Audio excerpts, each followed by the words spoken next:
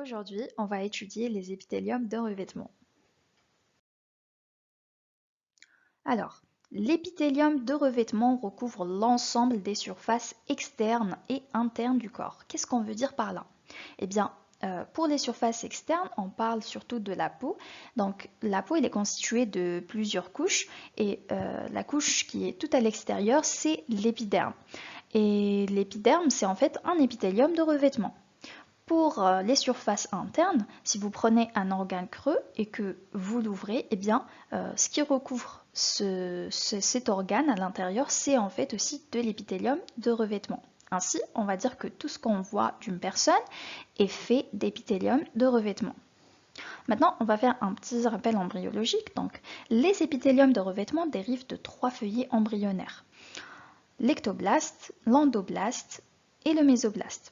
Alors, l'ectoblaste va nous donner l'épiderme, l'endoblaste va nous donner les épithéliums de l'appareil digestif et de l'appareil respiratoire, le mésoblaste va nous donner les endothéliums qui vont recouvrir nos vaisseaux sanguins, donc voilà ici l'endothélium, et les mésothéliums qui vont recouvrir le péritoine, le péricarde, la plèvre par exemple. Maintenant, on passe à la classification des épithéliums de revêtement. On les classifie selon trois critères. D'abord, selon la forme des cellules, ensuite selon le nombre de couches de cellules, et enfin selon les spécialisations apicales. Maintenant, on commence par la forme. On a la forme pavimenteuse où les cellules seront plus larges que hautes, la forme cubique où elles seront aussi larges que hautes, la forme prismatique où elles seront plus hautes que larges. Ensuite, pour le nombre de couches, donc lorsqu'on a une seule couche, on dit que c'est un épithélium qui est simple. Là, par exemple, on va dire que c'est un épithélium pavimenteux simple. Ici, c'est un épithélium cubique simple et ici, il est prismatique simple. Lorsqu'on a deux couches ou plus, on va dire que c'est un épithélium stratifié. Là, on va dire que c'est un épithélium pavimenteux stratifié. Là, on va dire que c'est un épithélium cubique stratifié. Et là, on va dire que c'est un épithélium prismatique stratifié. Maintenant, on va passer à l'épithélium pseudostratifié. Ça, c'est un cas qui est assez spécial parce que ce type a été d'abord confondu avec l'épithélium cylindrique stratifié, mais en fait, il s'agit d'une fausse impression de stratification. Dans ce cas, toutes les cellules sont en contact avec la lame basale, mais elles n'atteignent pas toutes le sommet. Voilà. Donc, on va avoir deux types de cellules. On va avoir des cellules basales qui vont rester dans la base, elles ne vont pas atteindre le sommet. Et on aura des cellules prismatiques qui vont atteindre le sommet. Voilà.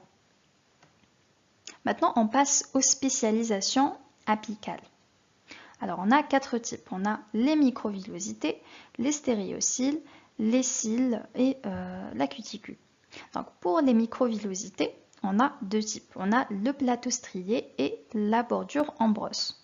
Donc, le plateau strié, il est représenté par des microvillosités rectilignes de même calibre, de même longueur, qui sont disposées parallèlement et de façon très ordonnée. Alors que la bordure en brosse, elle est formée de microvillosités moins régulièrement disposées que dans le plateau strié. Maintenant, on passe aux stéréociles.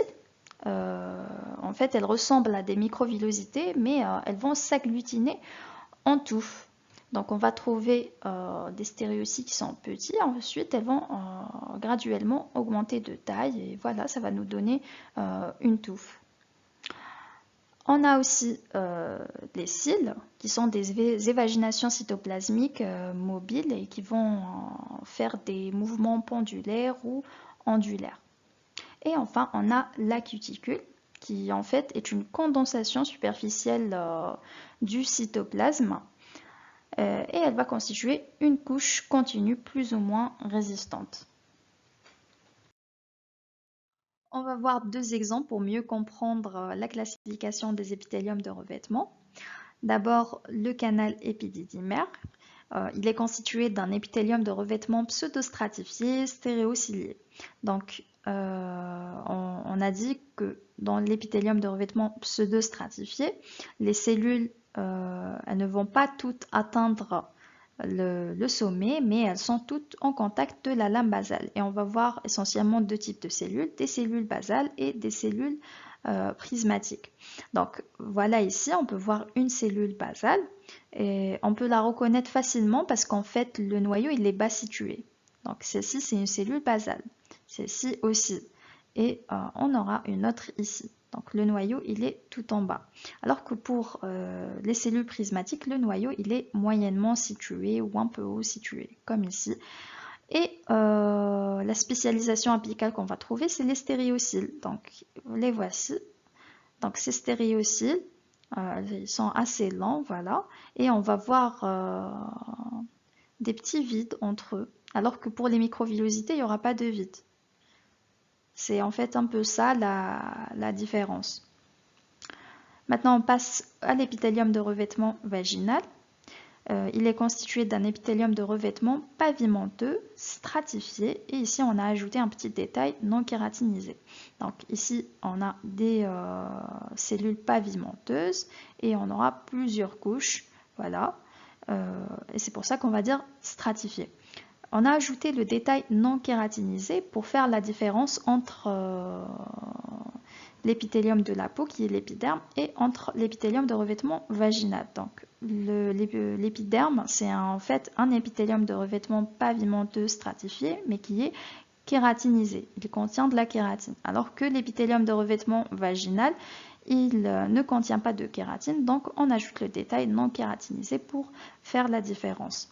Donc ça c'est un détail que je n'ai pas cité auparavant, mais ça va vous aider à faire la différence entre certains épithéliums et certains détails que vous allez peut-être voir en plus de la classification qu'on a citée auparavant. Maintenant, on passe aux propriétés des épithéliums de revêtement. On a la nutrition, l'innervation et le renouvellement. Pour la nutrition, il faut savoir que les épithéliums de revêtement sont généralement avasculaires, c'est-à-dire ils ne sont pas directement en contact avec les capillaires sanguins. Et donc leur nutrition elle est assurée par des capillaires sanguins du tissu conjonctif sur lequel ils reposent. Voilà, on a l'épithélium, l'âme basale et un tissu conjonctif sous-jacent qui contient les capillaires sanguins. Voilà. Donc les échanges elles se font par diffusion à travers la lame basale. Donc on a les nutriments qui sortent des capillaires sanguins qui vont dans le tissu conjonctif et donc ces nutriments ils vont remonter vers les épithéliums et ils vont les nourrir. Par contre, il existe des exceptions où les vaisseaux sanguins se mettent en contact direct avec les cellules épithéliales. On en a deux. On a la strie vasculaire de l'oreille interne et la rétine. Retenez-les bien. Maintenant, on passe à l'innervation. Les terminaisons nerveuses peuvent être très abondantes.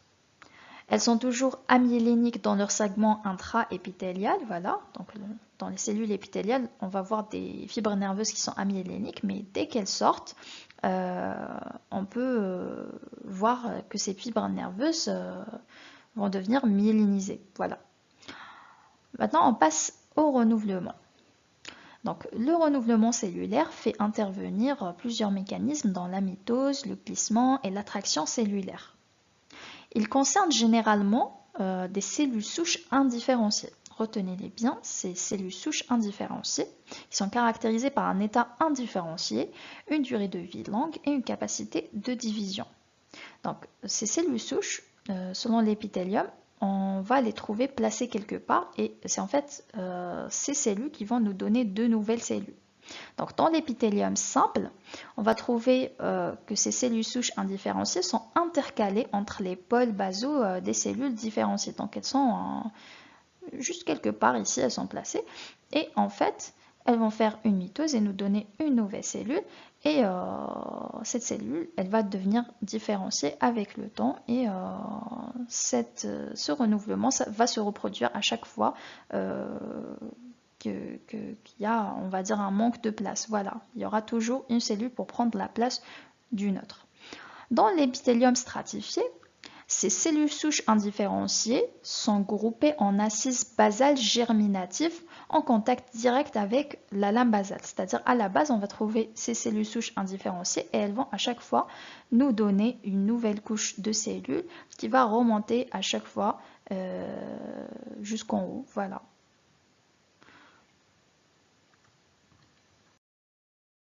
On arrive à la dernière partie de cette vidéo qui est la fonction des épithéliums. On va citer deux fonctions, la protection et l'absorption. Pour la protection, j'ai pris l'exemple de l'épiderme. Donc l'épiderme, il nous donne une protection contre les différentes agressions mécaniques qui touchent notre peau. Voilà. Et une protection contre les radiations lumineuses nocives. Donc du fait de son épaisseur, l'épiderme il arrête les radiations ionisantes à faible pénétration. Et il faut savoir qu'il renferme des cellules pigmentaires qui sont les mélanocytes. Donc vous pouvez les voir ici. C'est des cellules étoilées qui renferment un pigment qui est la mélanine. Et cette mélanine, elle arrête les rayons ultraviolets et protège l'organisme contre leurs effets mutagènes. Maintenant, on passe à l'absorption. Donc, j'ai pris l'exemple de l'épithélium intestinal. Donc, il est constitué de cellules qui ont des microvillosités. Il faut savoir que les spécialisations apicales que vous trouvez dans les épithéliums de revêtement, ce n'est pas juste un décor, ils ont un rôle bien précis. Et pour les microvillosités, c'est en fait des évaginations qui vont augmenter la surface apicale de la cellule. Et ça va faire que cet épithélium, il va absorber beaucoup plus de nutriments. Et donc, il va absorber les nutriments et ils vont passer vers la circulation sanguine. Voilà. Merci d'avoir regardé cette vidéo. N'oubliez pas de vous abonner aux différents réseaux sociaux de Mitosis et de partager avec vos amis. À bientôt!